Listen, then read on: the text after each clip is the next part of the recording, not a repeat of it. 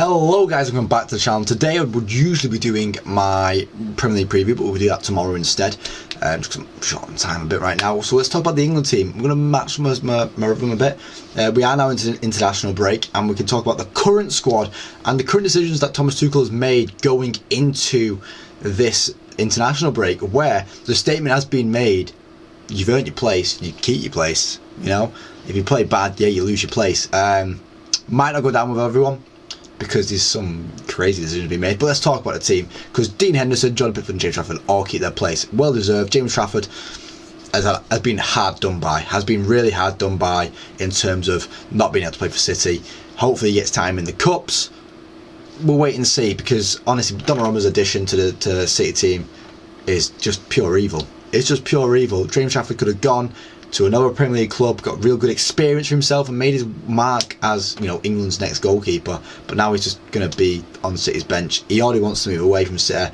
It's just a poor move from City all around that even happened, but it's good that he's still getting his place in the England team. Dean Henderson as well, and then obviously Jordan Pickford will always going to be there. Onto the defenders: Dan Burn, Guéhi, Reece James, Konsa, Jed Spence, Jarell Quansah, Miles Lewis-Skelly and John Stones are all in the team. Obviously there's a few people that you might go, oh, why aren't they there, why aren't they there? Well, he said, as you keep your place, you keep your place. Ezri Konsa and Mark Guéhi seem to be what England's future looks like as your centre-backs. Reece James, if he stays fit, should keep his place. Obviously Trent is missing from this equation here, and then Jed Spence at left-back alongside Miles Lewis-Skelly.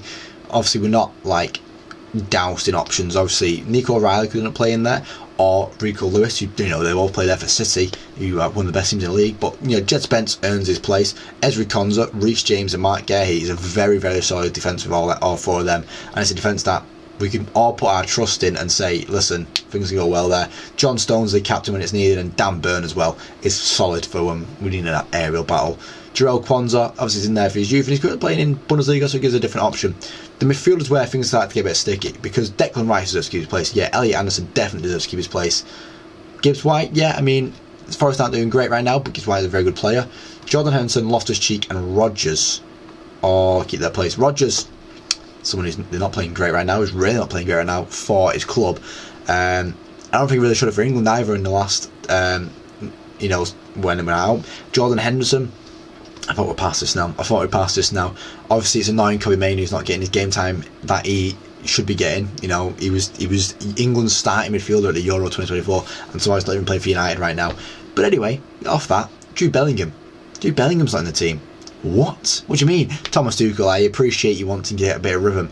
Get a bit of rhythm with Jude Bellingham in the team and get Jordan Henderson out of the team. That's easy said and done. Jude Bellingham should be in there over Ruben Loftus-Cheek, Jordan Henderson or Morgan Rodgers. Any of them, take them out. Cool. Jordan Henderson and Ruben Loftus-Cheek probably for me. You know, Jordan Henderson and Ruben Loftus-Cheek are a midfield partnership from the 2018 World Cup. That's 7 years ago, guys. It'll be 8 years ago by the time the World Cup comes along. That should not be a midfield duo that we have anywhere near the team coming to the World Cup.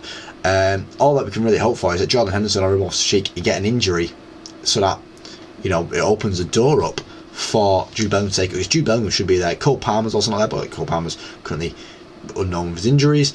Rashford, I think, keeps his place, deservedly so. So does Harry Kane, Eze, Saka. Jared Bowen's still in there. West Ham doing poor. Gordon still in there, and Ollie Watkins in there. Ollie Watkins has been really poor. Ollie Watkins could be out for Bellingham for me. He's had a really poor season. Obviously, there's other options like Delap, who spoke about Trafford being done dirty by moving to a club and then ending up signing another star striker.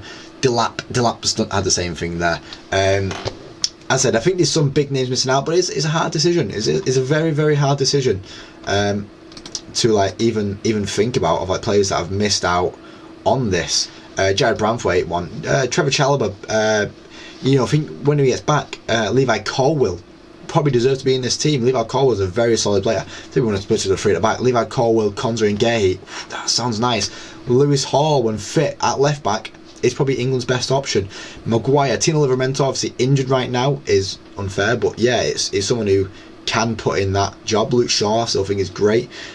Trent, Jude Bellingham, Conor Gallagher. Conor Gallagher has looked fantastic for us. Angel Gomez has looked fantastic when playing for us.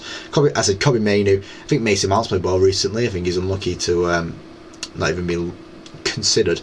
Adam Wharton is a massive miss out as well in the midfield for England. In fact, Jordan Henderson and Ruben Loftus-Cheek here is a disgrace. Cole Palmer missing out. I said Phil Foden misses out as well, which is something I'm not against. Jack Grealish missing out, which is upsetting because he has had a really good start to the season, but it's understandable. He's not a long-term solution to any issues. Noni Madueke, who looked great last time for England, but loses his place to Saka, who comes back. You know, we talk about, you know, players keeping the places, but Madueke just lost his after a great time out for England last time. Yeah, there's some notable misses in the team. That is what we can say. But that's going to be in the video, guys. Let me know what you think of England's next couple of games coming up. But wait and see. Wait and see if it works. You know, if not, change things up. Like the video, guys. Cheers.